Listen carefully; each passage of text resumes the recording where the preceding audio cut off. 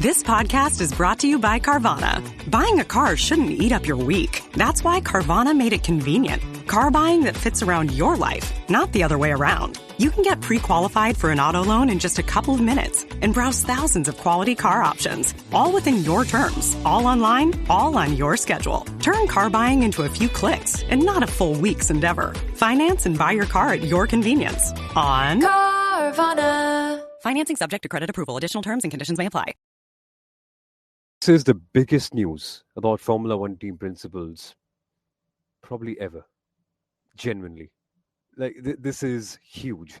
The longest serving team principal in Formula One as of yesterday has been sacked. Christian Horner, the most successful team principal in Red Bull's history, the only team principal in Red Bull's history, the man who built this team, who walked in literally as a young upstart who just won and done good stuff in GP2, handed over the keys to a multi-billion-dollar energy drinks company and their Formula One project, and he made them serial world champions. Today, that story is over. What has happened? Why has it happened? What's going to happen next? What does it mean for Max Verstappen? What's Helmut Marko's role in this? Who's replacing him? Is Ferrari sniffing around the corner? And what do we make of this? And what do you make of this is the whole point of this episode. Welcome to the Inside Line F1 podcast. Welcome live to our reaction. I can't call this... There is no word to describe this, Kunal, because this is a red alert situation. I'm in the Red Bull India office right now, literally. I've had to cancel all my meetings, set aside all my work, and everyone understands the matam ka mahal, if you know what I mean, if you're listening in Hindi. But yeah, it's scary. What do you make of it? What's your initial reaction? Well, it's taken everyone by absolute surprise. And, what I mean by that is typically we always have rumors before an official confirmation comes in. We had that in the case of, Adrian Newey, Jonathan Wheatley, etc., etc. Now, Red Bull's news, when it actually came out, and this is a big piece of the whole clue that what has actually happened, came from the Dutch media. Mm-hmm. Okay. So does the Max Verstappen camp have a part or large part that they've played in this piece of news that came out? I definitely think yes, they do. It's come so much from the Dutch media that the British media actually took time. They were waiting for the official statement from Red Bull Racing before they ended up talking about it, tweeting about it, writing about it, and so on. I pinged Dr. Marko's office and I've been said, please wait. He's been busy in meetings, etc. And because we are all trying to understand what has happened, I think Raymond Vermeulen has said we were informed beforehand by Red Bull Racing of this decision to sack Christian Horner. We are awaiting information as to why that has happened. We are also awaiting information as to what's next. And, this is a piece of information that, of course, the Verstappen camp is going to act like this is piece of news to them as well. But what's next? Okay, let's just get to what's next, because that's what people are wondering. Because I know you and I are big fans of Horner, what he's achieved at Red Bull Racing, how he's turned the team around. We've spoken to Dr. Marko about this. We've spoken to Vitantonio Luizzi about this. We've spoken to a lot of guests on our show who, in general, have just applauded Horner for the technical and the leadership prowess he brought to Red Bull Racing, including Franz Tost, right? Well, what's next? I get a feeling there are two scenarios, and none of these are independent scenarios, so to say. Either Horner was asked to go because he could not retain Max at Red Bull Racing from 2026, okay? Or he's been asked to go so that Max is retained at Red Bull in 2026. And again, I go back to the first clue I just gave, which is that the news actually came from the Verstappen camp. Not the Verstappen camp, sorry. The news came from the Dutch media. This piece of news was broken by the Dutch media for a team based in the UK. If you guys also know where I'm going with this. With shareholding in Austria and Thailand. This means one thing, and this is something that I've been able to experience up close and personal while working with Red Bull India. It's that Max Verstappen is a global Red Bull asset. Red Bull Racing is a separate entity within the world of Red Bull. It's an autonomous unit. It operates separately. But there is one person, one employee within Red Bull Racing who transcends the autonomy, who is bigger than the racing team in a way, who's an asset for the entire group and the entire Red Bull ecosystem. It's Max Verstappen. Now, your point is very fair. Is it done for Max? Or is it done because of Max or not being able to retain him? But whatever is the case, I think it's come at the worst possible time for Red Bull Racing. Because take a look at this.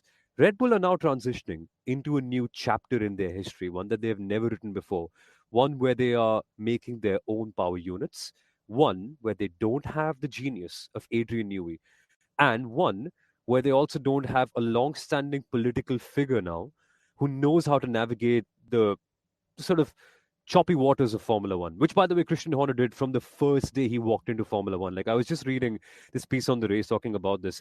The very first year Christian Horner was in Formula One, he actually stood with Ferrari and Jordan, who were the minorities in Formula One at that time, to make sure that Minardi were not allowed to compete with the backdated Formula One car. Like, from day one. Can Laurent Mekies do that? Can anyone else in the team step up and take that role? I'm not sure. I'm not. He might as well, but that's a big political figure missing. Red Bull Racing now have a big design figure missing with Adrian Newey, and with Honda departing and them making their own power units, that could be a big engine figure missing as well. Laurent Mekies, as the group CEO, has a huge, huge role to play. This is a huge chapter, and I think Kunal, it's come at the wrong time for them. I think it's really a very tough situation for them to be, but the core spirit of Formula One remains. No matter if you're the most successful team principal in the history of the team, the rule is the same: perform or perish. Welcome to Formula One, I'd say. That's a great way to put it. The Formula One has always been about performance. It's about also politics. And I think Yeah. this is a big political game. I know, Gabbar Singh, a big a big Twitter, handle, has been talking Formula One, and he said that this is a big victory for Max Verstappen. And I tend to agree with that as well. That in this whole piece, there is a part that the Verstappen camp has played. We've got comments coming in. The Austrian guys are no more. No Wheatley, no Rob Marshall, no Adrian Well, Newey. Red Bull is a sinking ship. That's something Feyanshu has put up. Adi says, silly season begins. Horner to Ferrari, says George. We'll get to all of that. We'll get to all of that, right? But my reading, what you said about this whole political play, Somil, is this come at a bad time or is it actually come at a good time for Red Bull? And I think it's come at a great time for Red Bull Racing. And I'll tell you why, Somil.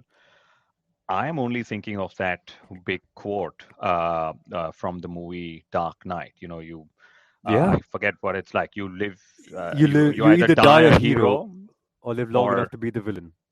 and Yes. that's possibly what's happened with Max. Sorry, not with Max Verstappen, with Christian Horner. And yes, he's delivered 14 world championships, 8 drivers' titles, 6 constructors' titles. He's made Red Bull that team that if Red Bull pitted and put Inters on a drying track, you were almost believing that that's the right thing to do. I mean, I'm Yeah. sure there's a logic behind it. He made Red Bull ruthless. He brought this edgy attitude because that edgy attitude transcends Max Verstappen. It was also there with Ricardo. It was there with Sebastian Vettel as well. So a lot of Red Bull Racing operating as a team was also this attitude Horner carried about himself. And it's important to say that because on one hand, Laurent Mekies comes with a lot of experience. And I think that is important when you actually are replacing somebody like Christian Horner. The first and most important thing is, are you able to technically lead the set of engineers and teams forward? Because Yeah. these are 1,000 people operations. It's not that Laurent is going to build the car. He's going to lead the people in a direction who he's going to lead all these smart engineers in a direction that the team needs to go, whether it's the power units, whether it's the chassis, aerodynamics, and all the other parts that go with it. And when it comes to the politics, if Ferrari has survived so many team principles on the political and the sporting level, I'm pretty sure Red Bull knows how to get their political cards also on the table. Because Bernie Ecclestone himself said recently that Red Bull is more important. Red Bull is the new Ferrari in Formula One, given how much money Yes. they spend, how they advertise the sport, market it, and so on. So my reading is that this has actually come at a great time because it had to fall in such a manner for Red Bull to start rebuilding their blocks. Will Red Bull still be a contender in 2026? I think that's what everyone's waiting to see. But would Red Bull in the longer term have survived under Horner's leadership is probably what the board did not be convinced about, even though they were convinced about 18 months ago. Remember that. Yep. So I think for the longer term future success, stability of Red Bull Racing, it was important for Horner to go. Will Laurent Mekies be the person who'll take them there or not is to be seen. But yes, I think it's come at a great time for Red Bull Racing, Somil. Let's actually also tell you the story of how this all happened, right? 2022, Dr. Mateschitz unfortunately passes away. He was the one who laid down the foundation of having a Formula One team along with Dr. Marko. And then it all changes. There's a power struggle within the Red Bull group. The Uvidya family has a different opinion. Oliver Mintzlaff, who's basically representing Salzburg, has a different opinion. Uh, Christian Horner demands, no, not really demands, but has an opinion of wanting more autonomy and shareholding. That's the reported story behind the scenes. Then, of course, the scandal that India Today blames to be the reason why Horner was sacked happens. Bullshit. But there's that. All of that's happening in the background. Along with that, the team is still winning, so everything is okay. But then success starts to drop out. And that's where you start to see the transition. Then we see the corporatization of Formula One, Red Bull Racing deciding to create their own power units, Ford stepping in and becoming a global level partner for Red Bull. It's bigger, the stakes are higher, it needs a lot more. And you're right, Kunal. It's that confidence, that vote of confidence. Can Christian Horner lead this team 5, 10, 15 years down the line? And can he still carry it on? I think it still comes down to here and now. It's not just because the car is not performing right now. I think there's something bigger than that because there have been times in the past where Red Bull Racing has been in a similar, if not worse, situation. Like I can just remember 2014 as an instance, world champions and straight up having a terrible year with Sebastian Vettel in the team, but they were at least winning races that year, just like 24. So why was not Horner sacked at that point? I think there's something bigger at play here, clearly. And this is also where I want to take a moment to explain the difference between Christian Horner and Toto Wolff. Now, I'm not saying one's better or worse. I'm not saying one's more successful or the other, but Toto Wolff has shareholding at the Mercedes Formula One team. He bought into the team.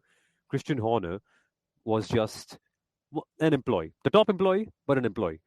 That's what happens when you're an employee. Your contract can be terminated. And this is what Christian Horner has been fighting behind the scenes at Red Bull. He wanted ownership because in his war with Wolf and Horner, this was the big difference that Toto Wolff co-owns the Mercedes Formula One team along with Mercedes and Ineos, whereas Red Bull Racing is owned fully by Red Bull, the corporate entity Red Bull Energy Drinks and so on. So I think this is where Christian was hoping he wouldn't go, where he relies on a board or some member more senior than him in title actually telling him, sorry, your time is up. And okay, so we've discussed that. We've discussed Horner. Will Max leave and go to Mercedes? My Twitter has been filled with that. It's also even the chat here is filled with what's Horner going to do next. Let's deal with Verstappen because Verstappen is a prodigy, not Horner. Okay, when it comes to racing a Formula One car, I get a feeling everyone's of course saying this is a Max win and hence he'll stay at Red Bull. Jos said it a couple of years ago. Christian Horner is going to shred the team into pieces. Jos Verstappen's prediction has come true as well. But Horner leaving doesn't mean Red Bull gets quicker, doesn't mean the car's issues get fixed, doesn't mean the power unit turns out fine, and so on and so forth, right? So Max staying at Red Bull or no totally depends on whether they will continue to churn out a fast car, Somil. Yeah, what do you reckon? What do you reckon? Does he go now, 27? He has a contract. That's what Sergio Perez loves to say. And we all love to point that out too. But I'm very, very intrigued to see. Actually, folks, let us know what you feel Max Verstappen's next move would be. Because I'm confused. George, who's in our chat, says that Max is leaving for Mercedes. I hope it's not George Russell because he wouldn't definitely. Oh, it is George Russell 63 who's wishing for that. Phenomenal. Lovely name, my friend. But how do you read the situation? I, I can't tell. I can't tell if it's because of Max that Christian's been let go, or in spite of Max that he's been let go. It's and I No, don't know. I'll tell you what, doesn't matter. We will eventually know. It is just speculation right now. It was because of Max Speculation or, is fun. Foreplay is the best part about it all, right? That's what we all love to say. well, okay. So, uh, I get a feeling Max will continue to be intelligent about this because he is intelligent in the car. His team knows that they need to play this right. Otherwise, till 2028, 2029, they'll be stuck in a bad car. And that's 4 years, 5 years of Max's career. And he's already said he doesn't want to race till he's 40, 45, and so on. So I think Max will tell Red Bull, I'm here and I'm here till 26. Okay. You guys need to figure out who's leading the team. You can get Soumil Arora to lead the team for all I care. Okay. We'll have the nicest voice in our ears every time there's a debrief, which is pretty much all the time, or a Teams call or whatever. But I need a fast car. If there isn't a fast car, I will move to Mercedes. So they've what Red Bull has possibly done is they've taken one piece of resistance out of the window by saying, okay, you don't like Horner. Yes, we've had a mess with him. Thank you, Horner. We're done. Max, we're going to focus on building the car. Let's put the team together. You commit to us, and you see where 26 goes. Because if Max leaves now for 2026, what's the guarantee Mercedes is going to have a good car? What's the guarantee Exactly. Red Bull's going to have a good car? What's the guarantee Haas might just be having the good car, right? So for Max to take that, it's like this. It's a more risky move now than in 2026. Okay. And and Max is still that driver who can walk into any team and say, I want that car and I'm going to get it. Literally any team, maybe just not Ferrari. Okay. But maybe even in fact Ferrari. I don't know. But hence, if you were to de-risk your move, given that anyway 26 is a gamble, you stay where you are with the people with the your demons right now at Red Bull. Yeah. You know what's at stake. And then if they are unable to deliver, say, guys, I trusted y'all, but I just need a fast car and I'm going to Mercedes. So that's probably where it's all going to go. Somal, that's my reading. I think similar for me too. I think it depends on power unit number one, because Formula One now is getting so close with everything, including the designs. Like last year of this aero regulations, and you can see how close qualifying is. Q1 in Silverstone, the gap between P1 and P19 was 6 tenths of a second. So realistically, there's barely anything, right? There's literally barely anything. So if you go to Mercedes, if you go to Red Bull, you can expect a very similar aerodynamic performance because you believe that these teams with the best resources will be able to make it all happen. It's just that if the if the power units are okay, if the foundation of your race car is fine, which wasn't fine for Red Bull in the Renault era, as Fayanshu pointed out earlier, that I think will define the next 2 3 years. Because take a look at what happened after 2014. Renault struggled, Honda struggled, Ferrari took 5 years to catch up, and when they did, it turned out that their engine was actually illegal. And since then, they haven't been able to win anything. So I think it fundamentally boils down to the power unit. And yes, you might also argue that, hey, nowadays the power units are more or less equal, apart from Alpine. So what's the difference? Well, they get equal after a point, they don't start equal. And I think Max's decision will largely weigh in on that. But Yeah, we yeah. have comments. We've got You're saying? comments. Let's switch to some of those comments because I think we've spoken about what's happened with Christian, why it could have happened, where the news story broke out from, what could Max do from here on, so to say. I think we should spend a couple of minutes just understanding what Christian Horner's done to Red Bull. Red Bull, if you remember, Somil, last year, Austrian Grand Prix, we had Dr. Marko on the podcast saying when we started off, everyone thought we are the party team. Everyone wanted to host a party. But guess what? We are not the party team. We are the world champions, and they've beaten car manufacturers at a car racing sport. I think Christian Horner, with those 14 titles, and the key part here with those 14 titles, what I love to add is he's done that with different drivers, Vettel and Verstappen. He's done that with different power unit manufacturers, Honda and Renault. Yeah. He's done that across three regulatory rule sets, and I mean large ones. Okay, the ground effects era that's there right now in 2021, which was the end of the previous era of Formula One, and then during the blown diffuser and whatever other eras that Sebastian Vettel was a part of. So I would say most successful, but also most consistent team principal, which is why I have a feeling he's not done with Formula One just yet. There's two possibilities of what could happen here in my feeling, and we can just get to this a couple of minutes. We promised y'all 15 minutes. We're at 20 minutes. That always happens when Samuel and I speak, especially if I have to speak about Red Bull. But I think he's going to. He's definitely gotten a big, severance check or whatever you call it. Yeah. Could he take that and go buy a stake in, say, I don't know, Alpine is always available for sale, right? Could Always. or a stake in it, because see, what did Christian want at Red Bull? He wanted ownership of a Formula One team. Could he work with Flavio Briatore to get something going at Alpine? Becomes an independent manufacturer with Mercedes engines. Could that be? Or could the rumors, that Frederick Vasseur's contract at Ferrari comes to an end this year? Could Ferrari finally say, Horner, why don't you come? And we could get Horner and Hamilton trying to beat Verstappen and Wolf. Can you imagine? The team principals and the teams and everything would have swapped. That could Yeah. very well be one of those things, because that's where what Adi is saying, the silly season now begins. George is saying Max is leaving for Mercedes. Abhinav, we've just answered Horner to Ferrari. And George has also said, Horner might flirt with some of the Italian co workers. He has the cutthroat mentality to win. Well, okay, let's see where that goes. So, what do you think is happening, Samuel? Closing thoughts. Yeah.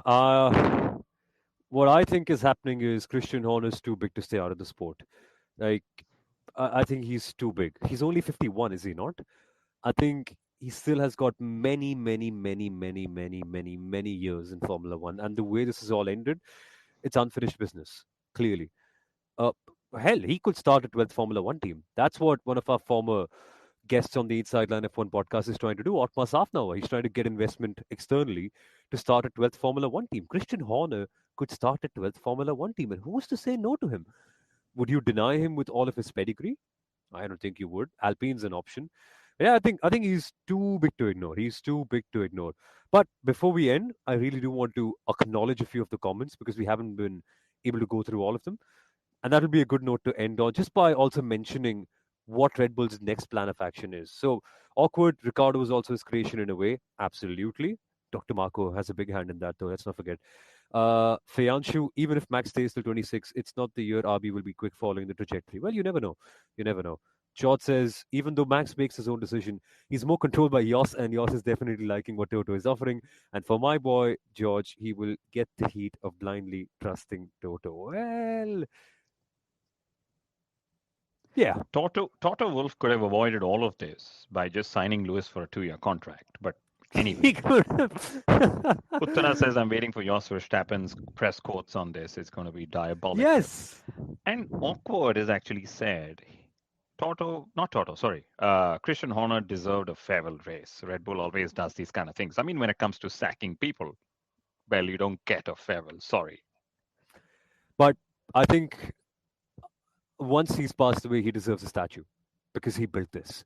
This is his team. Like, sure, there's Thai and Austrian money, but to to do what Christian Horner has done, my only request to all of you would be, don't forget him. Please do not. He is one of the greatest team principals that Formula One has ever seen today. He could be even greater in the future. His chapter is not over. Do not underestimate his achievements. 14 world championships is silly. It's honestly silly. I think Ross Brawn won 16, Ron Dennis won 14. Toto hasn't even gotten. Yeah, Toto must have 15, right? 7 and 8 or something. Whatever. The whole point is it's a crazy number to get to. And very quickly, last thing we should end on. Who is Laurent Mekies? How would you describe him, Kunal? I think he's a fantastic guy. I've had the privilege of having conversations with him. Thanks to Dr. Marco, who introduced us a couple of years ago. And Laurent Mekies comes with a lot of experience, a lot of technical knowledge. He was at Ferrari, sporting director. Before that, at the FIA. After that, in the middle with Racing Bulls. And I like that Racing Bulls is not just breeding young drivers, but also young team principals.